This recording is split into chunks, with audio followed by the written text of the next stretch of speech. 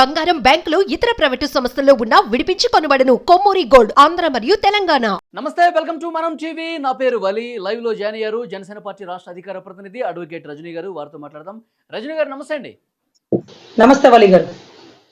రజనీ గారు, వైఎస్ జగన్మోహన్ రెడ్డి గారు ఢిల్లీలో ధర్నా చేశారు. తన పార్టీకి సంబంధించిన ఎమ్మెల్యేలు, ఎంపీలు, ఎమ్మెల్సీలు అందరినీ వెంట పెట్టుకుని ధర్నా చేశారు. ఈ హత్య రాజకీయాలు, హింస రాజకీయాలు పోవాలా, నేను రాష్ట్రపతి పాలన డిమాండ్ చేస్తున్నానంటూ జగన్మోహన్ రెడ్డి గారు చెప్తున్నారు. ఎట్లా చూస్తారు మేడం? రాష్ట్రపతి పరిపాలన ఎప్పుడు విధిస్తారు, ఎలాంటి సర్కమ్స్టాన్సెస్లో, ఎలాంటి గ్రౌండ్స్ని బేస్ చేసుకుని విధిస్తారు అనేది ఒక 8th, 9th, 10th క్లాస్ స్టూడెంట్స్కి అవగాహన ఉంటుందండి. కానీ గౌరవ మాజీ ముఖ్యమంత్రి జగన్మోహన్ రెడ్డి గారికి మాత్రం తెలియలేదు. వివేకానంద రెడ్డి గారు చనిపోయినప్పుడు ఒక పెద్ద నాయకుడు చనిపోయాడు, కాంగ్రెస్ పార్టీలో నాయకుడు చనిపోయాడు. కారణాలు వెలికి తీయట్లేదు. దొంగలని, దుండగులని దాచిపెడుతున్నారు అంటూ ఇదే ధర్నా వాళ్ళ చిన్నాయన చనిపోయినప్పుడు చేసి రాష్ట్రపతి పరిపాలన విధించమని అడిగి ఉండాలేమో. విధిస్తారో లేదో మాకైతే తెలియదు, కానీ విధించమని అడిగి ఉండాల. అంటే వినుకొండలో ఉండేటటువంటి ఒక వ్యక్తికి ఇచ్చేటటువంటి మర్యాద చిన్నాయనకి ఇవ్వలేదా అండి? అసలు ఒక వ్యక్తిని నరకబడినా, నరికినా, గొడవలు జరిగినా రాష్ట్రపతి పరిపాలన విధిస్తారా అండి? ఓకే, అలా అయితే వంగవీటి మోహన్ రంగా గారు విజయవాడలో అతి కిరాతకంగా నరకబడినప్పుడు 60 రోజులు రాష్ట్రం అంతా, 2 తెలుగు రాష్ట్రాలు కర్ఫ్యూ అయిపోయినప్పుడు అప్పుడు కూడా రాష్ట్రపతి పరిపాలన విధించలేదండి. పరిటాల హత్య అప్పుడు రాలేదండి. ఇక వాళ్ళ నాయన అయితే యాక్సిడెంట్ కాబట్టి అది రాదు, అది సర్వసాధారణం. యాక్సిడెంట్ కేసులు మనం పట్టించుకోరు కాబట్టి పెద్దగా. కానీ అటువంటి విషయాల్లోనే రానప్పుడు మరి ఇద్దరు పోరగాళ్ళు పోయిన మొహరానికి నూనె నరికావు, ఈ మొహరానికి నేను నరుకుతా, నువ్వెంత నేనెంత అని పందాలు కట్టుకుని నరుక్కున్నప్పుడు ఆ నరికిన వాడు ఎవరైతే ఉన్నారో వాడిని పట్టుకుని అరెస్ట్ చేసినప్పుడు వాడు పలానా పార్టీ వాడు, ఈ పార్టీ వాడు అనేది కాదండి. వాడు ఎవడైనా కానీ అతన్ని పట్టుకొని దాచిపెడితే తప్పు. అతన్ని పట్టుకొని పోలీసులకు అప్పచెప్పి అతని వైపు ఒక్క మాట కూడా కూటమి వారు మాట్లాడకుండా తప్పు ఎవరు చేసినా తప్పు అనేటటువంటి ఒక ధర్మ పోరాటంలో నిలబడినటువంటి ముఖ్యమంత్రి గారు, ఉప ముఖ్యమంత్రి గారు తప్పుని ఉపేక్షించారండి, అరెస్ట్ చేశారు. మరి ఎందుకు ఆ కుటుంబాన్ని వెళ్ళారు, అక్కడ ప్రెస్ నోట్, ప్రెస్ మీట్ అంటూ కండక్ట్ చేశారు. మరి రమ్య హత్య కేసులో రమ్య చనిపోయినప్పుడు, అతి కిరాతకంగా నరకబడినప్పుడు మరి దానిని చూడడానికి వచ్చిన లోకేష్ గారిని అరెస్ట్ చేశారు. అది ప్రజాస్వామ్య వైఫల్యం అంటే. మరి దీన్నేమనాలి, దాన్నేమనాలి? సో ఎనీవే, మాకు తెలిసినటువంటి అతి కొద్ది ఇన్ఫర్మేషన్, అసెంబ్లీలో కూర్చోడానికి సిగ్గుతో తలదించుకుంటున్నారు. అసలు కొమరం పులి కళ్ళ వైపు చూడలేని పరిస్థితి.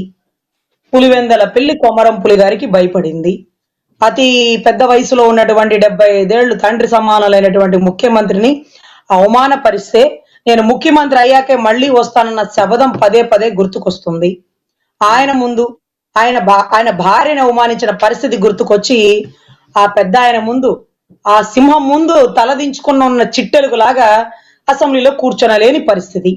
ఇప్పుడు కొదమ సింహం లాంటి చంద్రబాబు గారు, కొమరంపుల్ లాంటి పవన్ కళ్యాణ్ గారిని తట్టుకోలేక జగన్మోహన్ రెడ్డి గారు అసెంబ్లీలో అడుగు పెట్టలేక ఢిల్లీలో జంతర్ మంతర్ కాడ ఈ రోజు ధర్నాలు చేస్తుంటే ఏంటి భవిష్యత్తులో కూడా ఇంతేనా? ఏదో ఒక సాగుతో అసెంబ్లీ సమావేశాలప్పుడు అప్పుడు ఇట్లా తప్పించుకుంటూనే ఉంటారా జగన్మోహన్ రెడ్డి గారు? నాకు తెలిసి ఫస్ట్ లో రాజీనామా చేసేద్దాం అనుకున్నారండి. దరిద్రానికి రాజీనామా చేస్తే మళ్ళీ అవతలోడు గెలిస్తే బాగోదు, అందుకని రాజీనామా చేయకుండా ఉపేక్షించారు. అఫ్కోర్స్ ఇక ఇది ఇలాగే జరుగుతుందా?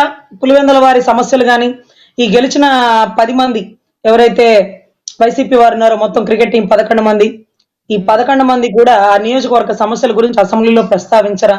అసెంబ్లీలో వెళ్ళడానికి భయపడుతున్నారా? అంటే బ్లాక్ కలర్ కండవాలు కట్టుకొని కెమెరాల ముందు, మైకుల ముందు తోసుకొని నెట్టుకొని ఏదో చెప్పే ప్రయత్నం చేస్తున్నారు. చెప్పేది ఏదో అసెంబ్లీ లైవ్ లో చెప్తే రాష్ట్ర ప్రజలు వింటారు కదా.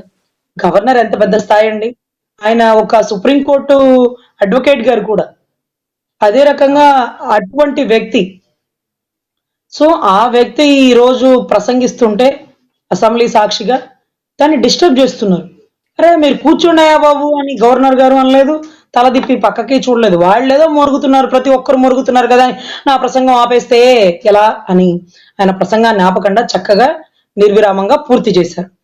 ఇప్పుడు పోయి ఈయన ఈ రాష్ట్రానికి పట్టిన దౌర్భాగ్యం ఏంటంటే ప్రతిదీ ఢిల్లీలోనే ప్రస్తావిస్తారండి, అది కూడా నేషనల్ మీడియా ముందు. బ్రో సినిమా కలెక్షన్స్ రాష్ట్రంలో వాడు సినిమా తీస్తే, రాష్ట్రంలో ఆడితే పోయి ఢిల్లీలో బ్రో సినిమా కలెక్షన్స్ ఎంత వచ్చినాయని ప్రెస్ మీట్ ఇచ్చిన అంబటి రాంబాబు గారు, మా additional advocate general Ponagolu Sudhakar Reddy garu, CID chief Sanjay పాపం ఇక్కడ ఆయన మన రాష్ట్ర సిఐడి ఢిల్లీకి పోయి నేషనల్ ఛానల్స్ ముందు ప్రెస్ మీట్ ఇవ్వడం ఏంటండి?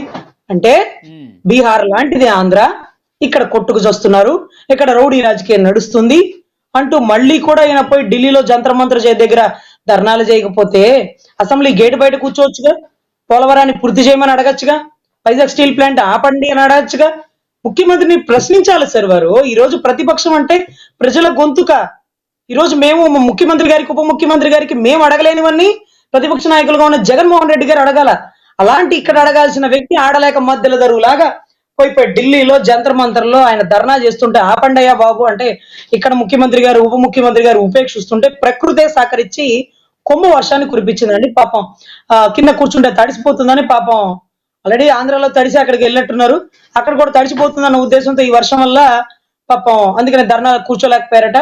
ఎనీవే మైకుల్లో మాత్రం ఈ ధర్నాలు ఈ నిరసన కార్యక్రమాలు కూడా ఆయన రాజకీయ ప్రయోజనాలే కనిపిస్తున్నాయి కానీ ఎక్కడ కూడా రాష్ట్ర ప్రయోజనాల కోసం కనిపించట్లేదు మేడం. ఒకసారి మనం అబ్జర్వ్ చేస్తే సరే ఇక్కడ రాజకీయ ప్రయోజనాల కంటే ముందుగా పక్క దేశాల నుంచి మన రాష్ట్రంలో పెట్టుబడి పెట్టే వాళ్ళు భయపడి పారిపోతున్నారు.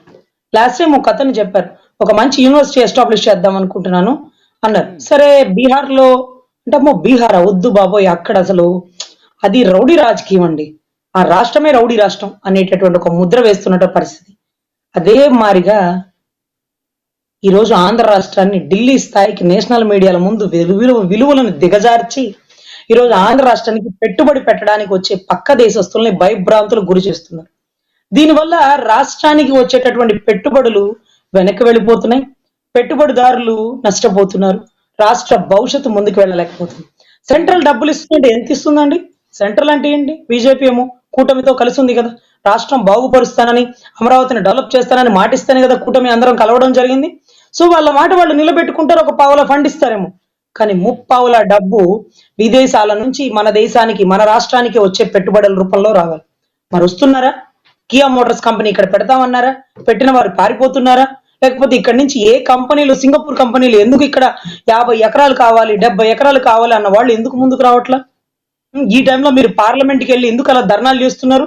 అందులోనూ 45 రోజులు ప్రభుత్వం ఫామ్ అయితే మీరు ఇప్పటి వరకు ధర్నా చేయకుండా అసెంబ్లీ సమావేశాలను డిస్టర్బ్ చేయడానికి, అటు పార్లమెంట్ సమావేశాలంటే అన్ని టీవీ ఛానల్స్, అన్ని రాష్ట్రాలకు సంబంధించిన మంత్రులు, వీరందరూ ఆంధ్ర రాష్ట్ర మంత్రులు ఏంటి అలా చిల్లర రాజకీయాలు చేస్తూ ఈ బ్లాక్ కలర్ బ్యాడ్జ్లు పెట్టుకొని ఇక్కడ గలాటా చేస్తున్నారంటే ఆంధ్ర రాష్ట్రం అంటే మరో బీహార్ సార్, కొట్టుకు చేస్తారు అక్కడ రౌడీ రాజకీయాలు. మీరు ఏదో ప్రాజెక్ట్ తేవాలనుకున్నారు కదా ఛత్తీస్గఢ్ నుంచి, వద్దొద్దు సార్ ఆంధ్ర రాష్ట్రం వైపు తొంగి కూడా చూడొద్దు. లేదు అక్కడ గొప్ప వ్యక్తి ఏదైతే పాప నరేంద్ర మోడీ గారు లేకపోతే ముఖ్యమంత్రి చంద్రబాబు గారు పవన్ కళ్యాణ్ ఉన్నారు సార్, కానీ 40% ఓటింగ్ జగన్ గారి దగ్గరే ఉంది.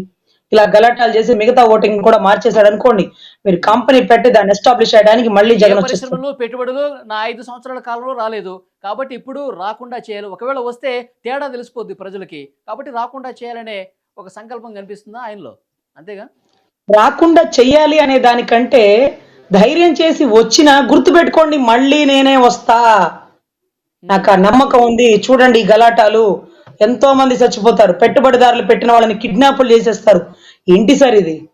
సో ఈ మాదిరిగా రాగల 5 సంవత్సరాలు పరిపాలన చేయడానికి అడ్డగిస్తూ అభివృద్ధికి ఆటంకపరుస్తున్నటువంటి గౌరవ జగన్మోహన్ రెడ్డి గారు అండ్ టీం ని మీరు కేసులు వేసి అరెస్ట్ చేయనక్కర్లా, చట్టం తన పని తను చేసుకుంటుంది.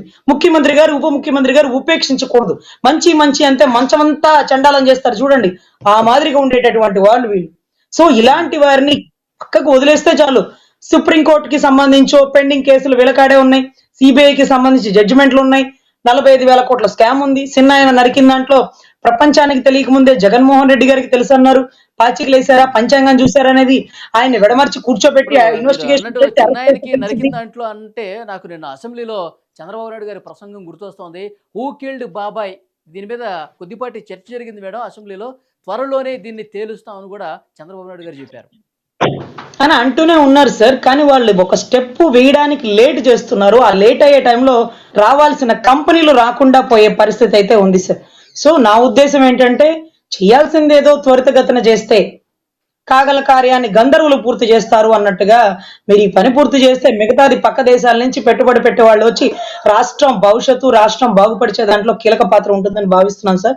అరెస్ట్ అయితే చేయడం అయితే తథ్యం, కానీ ఇంకొక నెల ఆగే లోపల మళ్ళీ ఢిల్లీలో వెళ్ళి హడావుడి చేసేసి వచ్చే పెట్టుబడులు రానియకుండా పక్క దేశాల్లో ఇదిగో బ్లాక్ కలర్ బ్యాడ్జీలు మేము రాష్ట్రం నాశనం చేస్తాం, మా ఓటింగ్ అంతే ఉంది. ప్రజాస్వామ్యం వైఫల్యం అంటే ఎంతమంది చనిపోయారు, ఎవరి వల్ల చనిపోయారు, చనిపోయిన వాళ్ళని హత్య చేసిన వాళ్ళని పట్టుకోకుండా మానేశారా, లేకపోతే రాష్ట్రం నిమ్మకి నీరెత్తినట్టు ఉందా, ఇక్కడ ప్రభుత్వం ఎలా పనిచేస్తుంది, ఇవన్నీ కూడా ఆలోచిస్తారండి.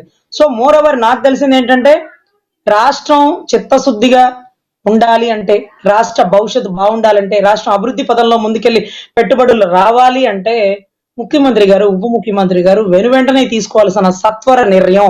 మురిగే కుక్కని మీరు వదిలేయించండి, అది ఎంతసేపు ఉన్నా మొరగడమే, కానీ కరిచే కుక్కని మాత్రం కట్టుదిట్టం చేయకపోతే ప్రాణాలే పోయే పరిస్థితి ఉంది, రాష్ట్రం నష్టపాలైపోయే పరిస్థితి అయితే ఉందండి. ఓకే, చూద్దాం మేడం ఇక భవిష్యత్తులో ఇంకా ఎలాంటి పరిణామాలు జరుగుతాయి. Thank you very much Rajani గారు. నమస్తే. #1 డిజిటల్ నెట్వర్క్ మనం టీవీలో యాడ్స్ ఇవ్వాలనుకుంటున్నారా? ఇంకెందుకు ఆలస్యం? డెవలప్మెంట్ మీది, ఆ బాధ్యత మాది. వెంటనే ఈ నెంబర్కి కాల్ చేయండి.